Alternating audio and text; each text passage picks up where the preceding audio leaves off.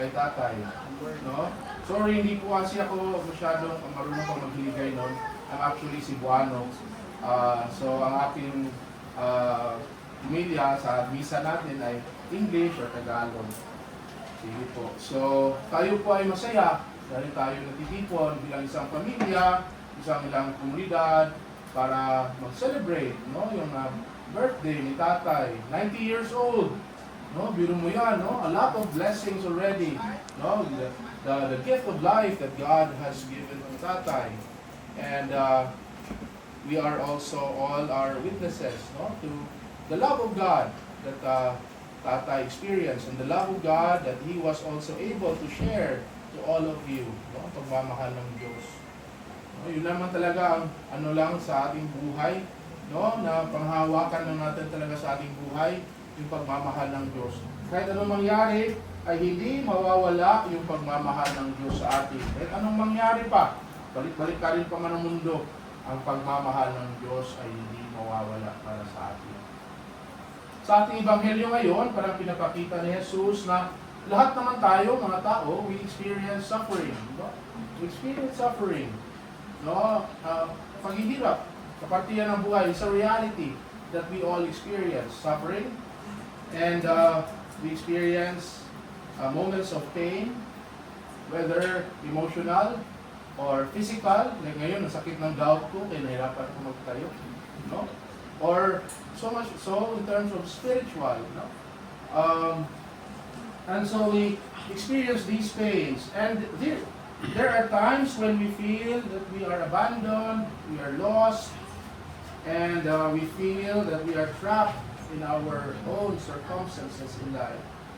And the weight of sorrow, fear, and hopelessness can often make us feel as if we are walking through darkness. And in these moments, we feel na tayo ay parang, tayo ay, we are unfree. No? We are parang, wala tayong masyadong freedom. The freedom to do what is good and what is right because we are in darkness. But the good news is that the Lord is telling us this morning in our gospel that He will lift us up from all our darkness. He will console us. No? Sa lahat ng ating paghihirap, ang Diyos ay siyang papawi sa lahat ng ating paghihirap. Diba? Dahil sabi niya, nung siya binasa pa lang niya yung doon sa sinagoga, no, the scroll according to Isaiah, no, he said that the captives will be free, the blind will have their sight again, no? So dito pinapakita ni Jesus na binibigyan niya ng pag-asa ang mga tao. No, nasa kabila ng kanilang mga paghihirap, sa kabila ng kanilang mga lagim na kanilang nararanasan, ay sinasabi ni Jesus, I will free you from all these things. Dahil yan ang good news. No? Dahil pinapakita sa atin na ang Diyos natin ay hindi pala siya malayo sa atin. No? Na si Jesus ay talagang lumapit para at hindi lang niya pawiin yung ating mga hirap, kundi siya ay nakiisa sa ating paghihirap. And the greatest consolation that we can ever contemplate is Christ, no, on the cross. Christ on the cross, who suffered, who died, but He rose again to give us new life. No, yun yung talaga yung ating pinakapundasyon sa ating pananampalataya bilang mga Katoliko Kristiyano, no? Na sa sobrang pagmamahal ng Diyos sa atin, sinamahan niya tayo maski sa ating paghihirap, at siya ang daan kung saan ating mararanasan kapag na ang Diyos ay nandyan, malapit sa atin, kasama natin sa ating paghihirap, kasama sa mga sakit na ating nararamdaman, at handa siyang pawiin ang ating mga sakit at mga nararamdaman na hindi maganda. Kaya ito yung mabuting balita ngayon. This is the good news. And how must we respond to that good news? Siguro una ay parati lang tayong bukas para sa ating mga sarili at aminin ng ating mga sarili na bilang mga tao, we are vulnerable. Bilang mga tao, tayo ay parang limitado. Bilang mga tao, tayo ay nangangailangan ng Diyos. But we need God in our lives. Dahil kung tutusin naman, wala namang talagang, wala tayong may pagmamalaki sa ating buhay. Kahit ano pa man maabot natin, ma-achieve natin, ano pa mga kayamanan ng ating mga matatamo sa daigdig na ito, pero lahat yan. Ang importante na, the greatest treasure in our life is God. No?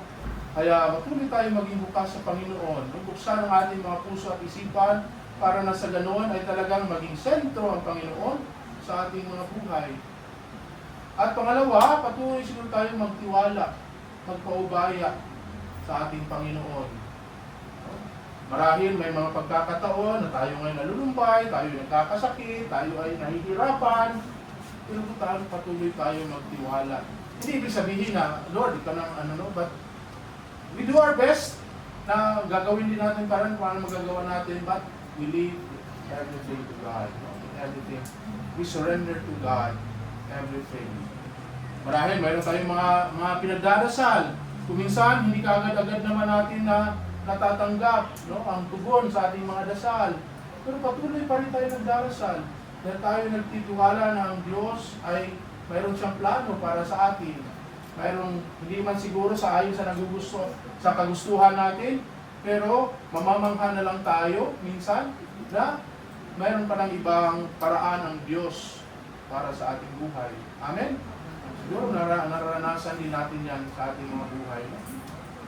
Kaya ito din ay this day is also a day of jubilation, of joy, of celebration. No? For the gift of life that na ibinigay kay tatay for 90 years na a life that is has lived the fullness of his life. A life that is parang nababalot ng pagmamahal ng mga tao na nakapaligid sa kanya. At sa kanyang sarili ay kanya din binabahagi sa ating lahat, sa inyong lahat, ang pagmamahal na kanyang naranasan mula sa Diyos.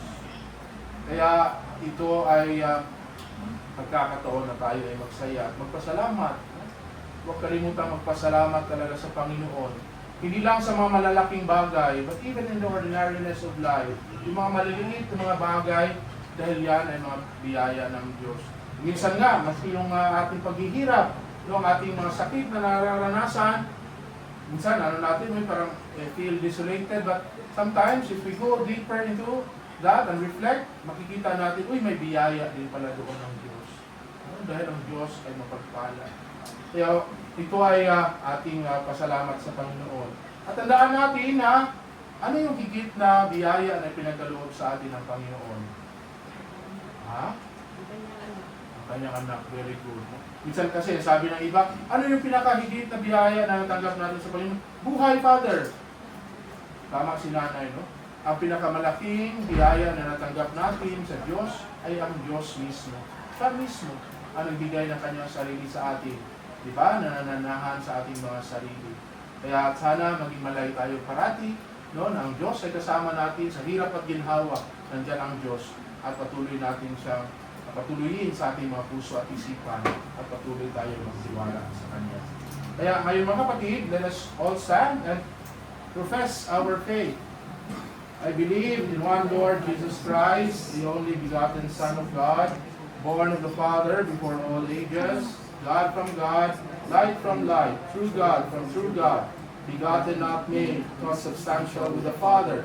Through Him all things were made.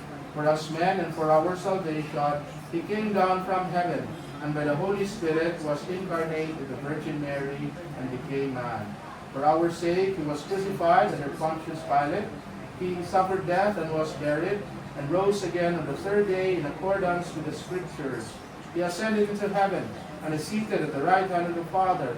He will come again in glory to judge the living and the dead, and His kingdom will have no end. I believe in the Holy Spirit, who proceeds from the Father and the Son, who with the Father and the Son is adored and glorified, who has spoken through the prophets. I believe in one holy, Catholic, and Apostolic Church. I confess one baptism for the forgiveness of sins, and I look forward to the resurrection of the dead and the life of the world to come.